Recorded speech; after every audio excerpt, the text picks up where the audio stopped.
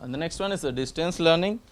As distance learning, like irrespective of the ages of the people, whether they old or younger, and irrespective of the geographical locations, people can get education through broadband internet services. And public safety. Broadband networks produce helps public safeties through police and fire engines, and they can save the in any crisis.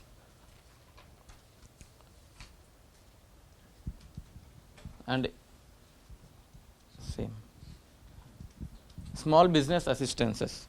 It can even broadband can even help in the small business assistances, where the people in the rural areas get through can get through the business assistance, they can participate in the online shares, and they can get few knowledge through that. And e-commerce and entertainment, as you know, these are not separate, these are actually together, and many of us are getting using the internet for songs, downloading movies, etc., playing games. And the technology is so grown, and it's developing. These days we can get all the games and all these facilities in the mobile services. And the next is benefits of broadband. Broadband is an accelerator of economic and social development. Current generation technologies do not meet the high standards for emerging applications that combine voice, media, and data. Increased work productivity. Next. Job creation, where there are a lot of opportunities through the broadband. The introduction of broadband technologies, including but not limited to DSL, fiber, satellite, fixed, mobile, wireless, has enabled traditional and new forms of communication to become reality through world. More efficient or increased access to basic services like healthcare education. Healthcare education is an amazing type technology, where rural areas especially can get through the medical assistance. Can reduce the challenges of low population density and physical remoteness from cities. And last one is helps bridge the digital divide.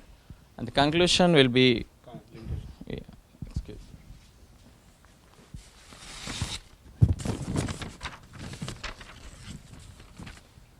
Coming to the limitations, the emergence of broadband technologies with high speed as well as two-way internet access poses a different scenario, which is nothing but providing loopholes to the intruders as well as the hackers. Right? High-speed connection also allows the intruders to get in and out faster, which enables them to try out different methods of hacking independently and fastly. The high-speed connection itself makes you more tempting target.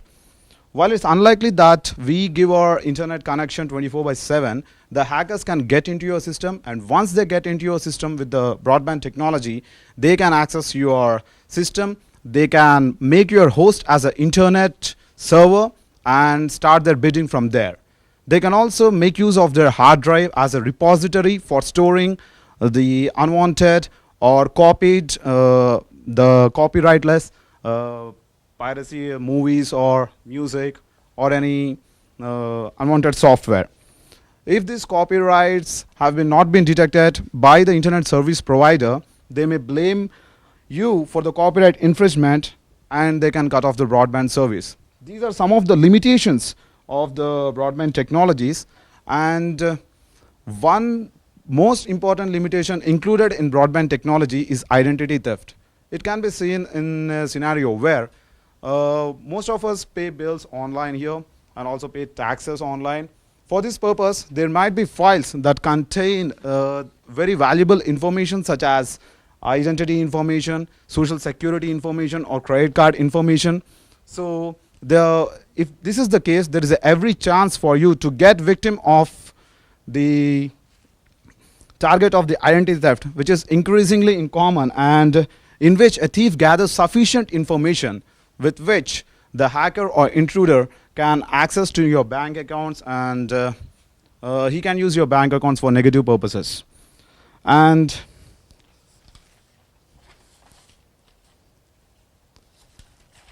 conclusion, Shashi. Broadband in its limited form, speed for accessing the internet, it will be used for definitely start to become a mass market during the next 5 years. Broadband is an emerging field and will definitely replace all the existing market with the old dial-up internet connections, such things. The provided speed is already highly enough for accessing the internet.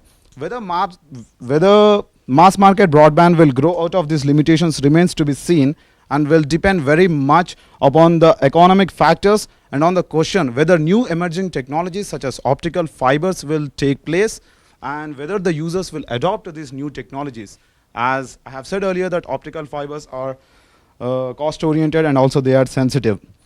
And there is no single product, organization or corporation that can provide a broadband user the full security level while using the internet online. So at this point of time, every broadband user should make a note that they should be aware of the latest threats and security breaches that may happen with them and act accordingly while online. And we would like to conclude our presentation by thanking Dr. Wahby, Murad, and Pete for all the cooperation, and all of you for paying attention so patiently. Thanks a lot.